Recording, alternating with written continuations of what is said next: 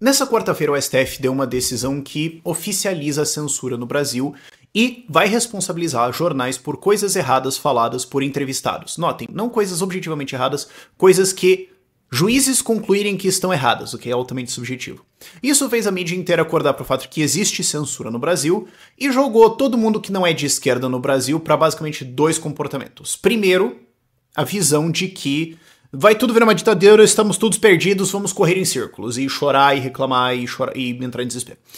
E segundo, atacar jornalistas e falar, eu avisei. O que tá certo, mas não é suficiente. Eu quero colocar uma terceira visão, que é uma visão de olhar pra isso com o copo meio cheio e pensar, isso aqui é uma oportunidade. É ruim? É. Mas calma, peraí.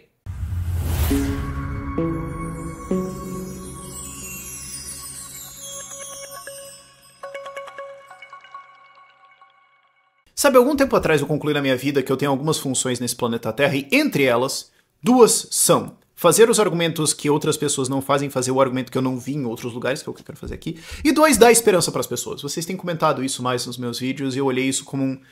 Isso. Você tem essa função pro planeta Terra, Rafael. Faça o seu trabalho. O que me leva assim, eu acho que eu vou conseguir tirar uma coisa boa dessa situação. Primeiro, só para explicar. O STF cavou uma decisão lá dos anos 90 em que um político acusou outro num diário no Pernambuco e acabou sendo julgado por 1 milhão de coisas e chegou no STF, porque o Brasil é assim. E em cima disso eles concluíram que jornais são responsáveis por informação errada dada por um entrevistado. O que essencialmente mata entrevistas ao vivo. Porque se você tiver numa entrevista ao vivo, você vai ter que ter 2 capangas de cada lado do entrevistado prontos para que, se ele começar a falar alguma coisa errada, todo mundo tem que pular em cima dele e encerrar a entrevista imediatamente. Porque se ele falar essa coisa errada, ou fizer alguma coisa assim, o jornal vai responder por isso. Então, acabou a entrevista ao vivo. Segundo, se numa matéria publicada, seja física, né, seja escrita, seja um vídeo, etc., se alguma coisa for falada que um juiz concluir que está errada, ela não precisa estar objetivamente errada. No Brasil, toda a verdade é incerta. Tem que esperar o STF decidir qual é a verdade. Então, se algum juiz, especialmente algum do STF, concluir que aquilo está errado, o jornal será responsabilizado. Mesmo que a informação esteja certa depois, isso não interessa. Então, é censura. Simplesmente. Você está acabando com a liberdade de imprensa no Brasil e uma porrada de jornalistas acordaram pro fato de que, olha só, bem-vindo ao mundo real. O STF está censurando pessoas. Só que como agora é com você, agora doeu. É exatamente aquela do... Primeiro vieram pro meu vizinho judeu, e eu não liguei porque não era judeu. Depois vieram pro meu vizinho cigano, e eu não liguei porque eu não era cigano. Depois vieram pro meu vizinho... Eventualmente vieram pra mim, e ninguém veio me ajudar porque eu não tinha mais ninguém. É exatamente isso. E isso é ensinado extensivamente e exaustivamente em cursos de jornalismo. E os caras ainda erraram isso. E aí eu quero conter um ímpeto de raiva e fúria e vingança dentro de vocês, que é 100% humano, vocês não estão errados. Eu sei que a vontade é ir pra eles e falar, eu avisei, você ajudou, você fez isso tudo acontecer, e agora você tá tomando o tapa na cara que todo mundo tomou e você ajudou a acontecer. E você não tá errado se você falou isso. Sim, beleza, mas o ponto é, isso tá ajudando muito. Tá bom que tem gente que merece, mas... Duas coisas. Primeiro, todas as pessoas são suscetíveis a cair em coisas óbvias. Já aconteceu comigo? Já aconteceu com você? Já aconteceu com todo mundo. Eu tive 2 coisas ao longo da minha vida que me ensinaram muito sobre isso, que foi ser mágico e ter feito psicologia. Porque assim, pra quem não sabe, muita gente é recente no canal, eu trabalhei como mágico por tipo 7 anos da minha vida. E mágico é a arte de você enganar pessoas. Você estuda isso. E muita gente presume assim, então mágicos nunca vão cair no truque, eles sabem todos os truques, certo? Não! Mágico vive caindo em truque pra todo lado. Inclusive aqueles que eles sabem. Porque daí o cara muda alguma coisa, você cai no negócio e você fala, ah não, sério que é aquele negócio com a fita dupla face que eu tô fazendo há 5 anos e eu não percebi só porque o cara inverteu? É. Acontece. Inclusive existe todo um esporte dentro de mágica que é enganar mágicos, mas isso aí é outra discussão. O meu ponto é, a segunda coisa é psicologia. A emoção é muito capaz de desligar o seu lado racional. Pessoas podem chegar ao ponto em que elas odeiam tanto o Bolsonaro, ou a extrema-direita, ou isso, ou estão tão putas por causa do Covid, ou da vacina, ou do não sei o quê, que a parte objetiva delas, do cérebro, que observa o que o STF estava fazendo, desliga. E eles só acham que tá tudo certo ali. Sabe, Todo mundo já fez isso. De ficar tempo demais com a pessoa errada, sabe? De acreditar no investimento que não era, Acontece. Dá raiva, dá. Dá vontade de gritar, dá. Mas entenda que, assim, são seres humanos. E eu estou disposto a conversar, a perdoar e a trazer pra cá quem falar assim, erramos. Porque assim, o cara que insistiu nisso é tipo, bicho, aqui não tem conversa. Agora, se alguém chegar e falar assim, tá, ó, não, na época eu apoiei e tudo mais, e agora eu percebo que eu estava errado, foi mal, vamos trabalhar pra resolver isso. Eu não vou falar pro cara, não, vai pra casa, eu não quero saber de você. A gente precisa de ajuda. A gente não tá no direito de ficar brigando com todo mundo. É um saco? É. Mas, se você não perdoar as pessoas, tem coisas que são extremamente graves, ok. Mas, se você não perdoar as pessoas e que querem perdão, que querem fazer uma coisa, que querem compensar isso, cara, eventualmente nada acontece, entendeu? Isso é necessário. Mas isso me leva para um ponto ainda maior, que é, vocês precisam perceber que o que está acontecendo agora é que o partido STF brigou com o partido Grande Mídia. E não é a primeira vez. Vamos lembrar que, não mais do que 15 dias atrás, a mídia publicou acusações contra o Dino. Acusações contra o ministro da Justiça. Contra o ministro de Direitos Humanos. Falando que tinha a esposa de um traficante circulando no Planalto de boa. De boa. E a gente pagou. A gente pagou a passagem pra ela. Ela tava fazendo o quê? Quem conseguiu essa reunião? O que aconteceu aqui e tudo mais. E a resposta do governo foi atacar a mídia. Foi dar ordem de ataque da mídia. Foi mandar os seus cupincha pago inventar história pra cima para atacar o jornalismo. E o jornalismo ficou... Uou. Oi? Achei que nós era amigo? Hã? Qual foi? E aí eles foram lembrados que não, no governo Lula não existe amigo e tudo mais, existe Lula. Se você ataca ele, você vai apanhar. Tem gente que não lembra.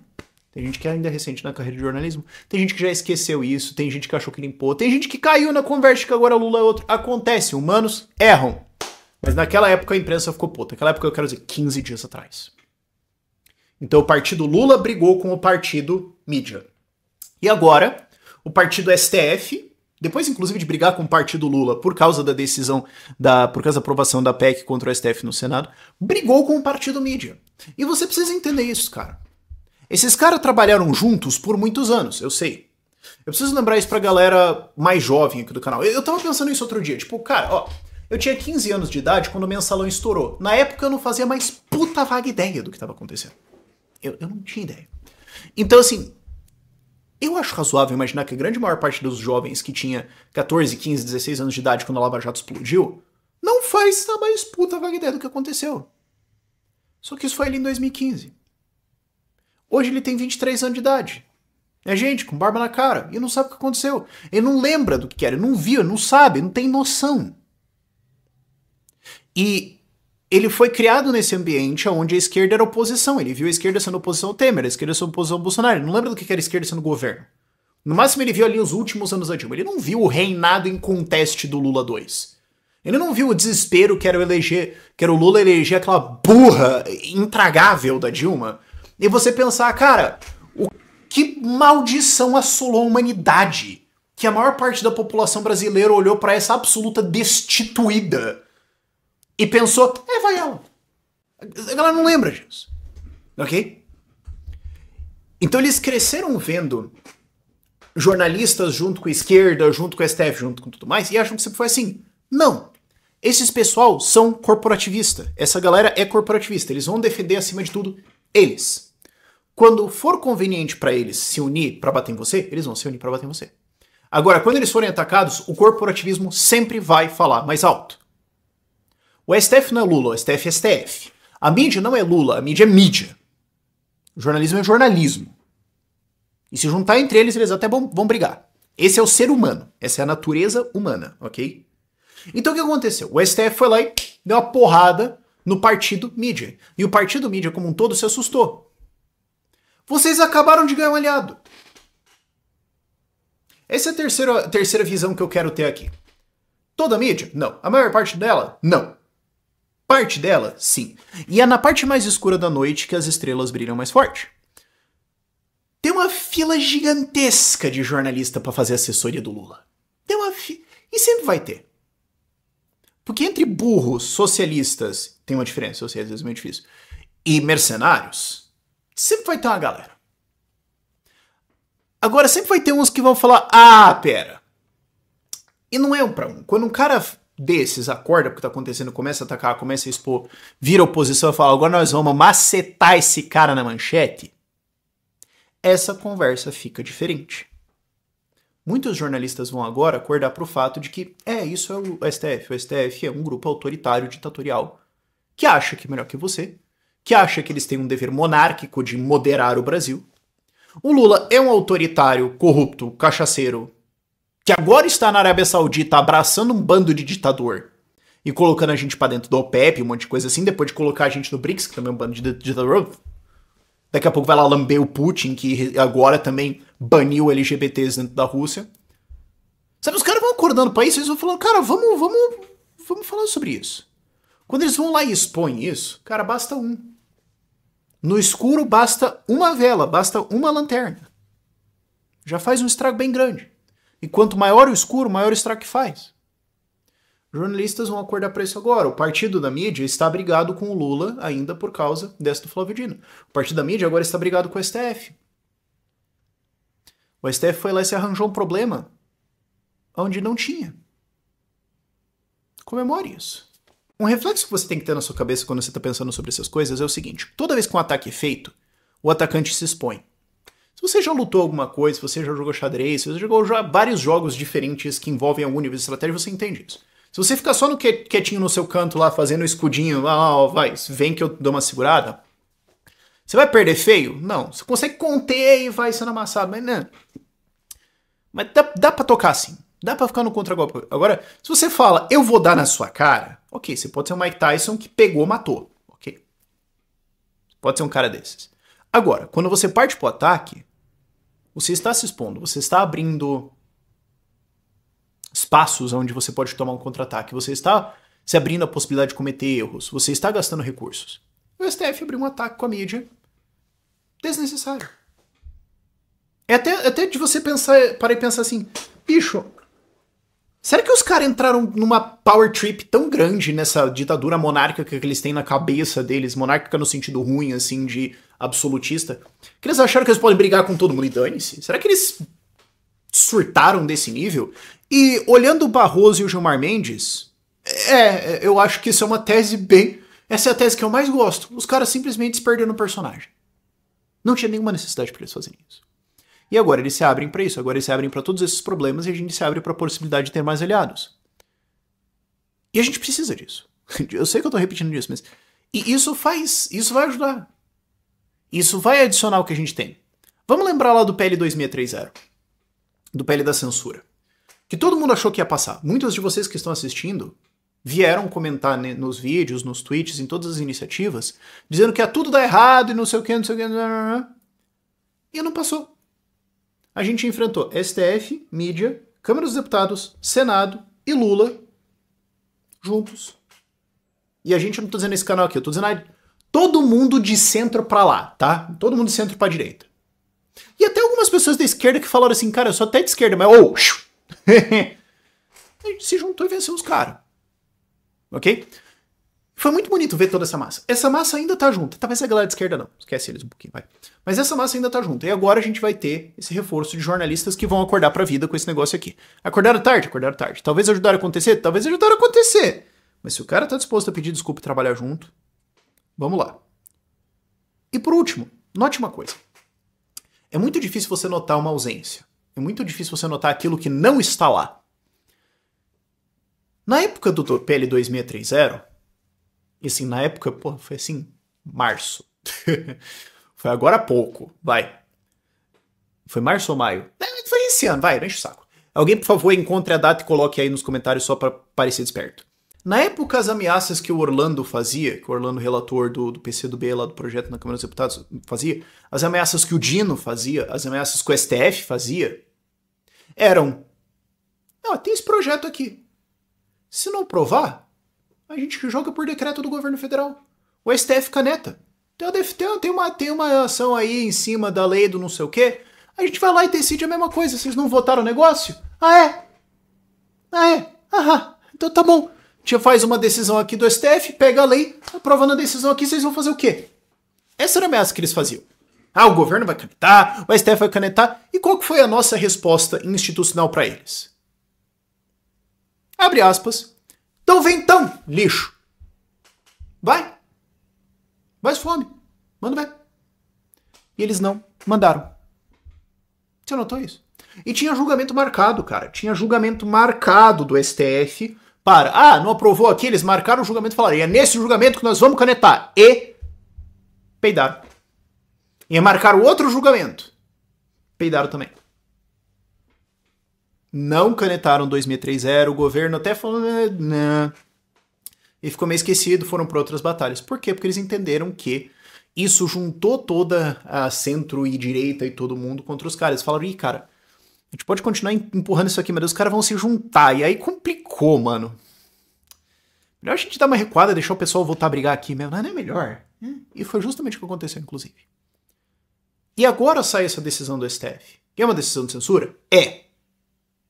Muito menor do que o que era o PL 2630. Isso é o que eu quero que você perceba. Foi um ataque? Foi. É uma decisão de censura? É.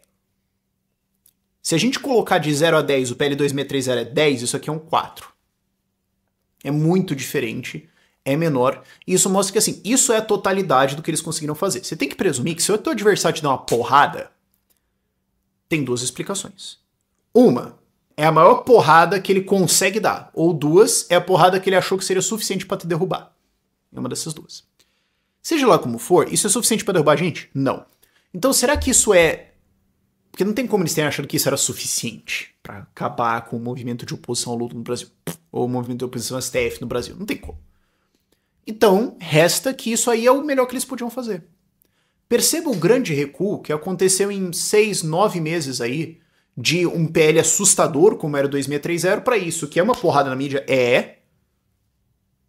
mas é menor. Então esses caras estão ficando com medo. O que volta para o que eu tinha falado recentemente, de assim... Essas coisas de fazer abaixo-assinado contra o Dino faz diferença, intimida, mostra pros caras, nós estamos maior. Você vai fazer esse negócio mesmo? Nós vamos crescer em cima desse negócio. Daí você vai fazer o próximo e nós vamos crescer de novo. Em 2026 nós vamos ter uma conversa.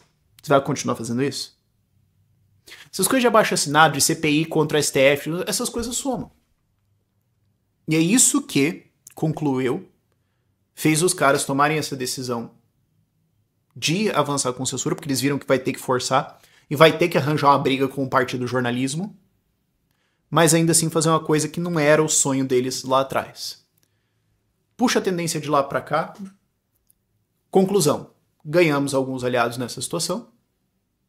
O poder do STF em relação ao que eles prometiam lá atrás, talvez o poder seja o mesmo, mas assim, a ameaça a gente viu que não era tudo isso.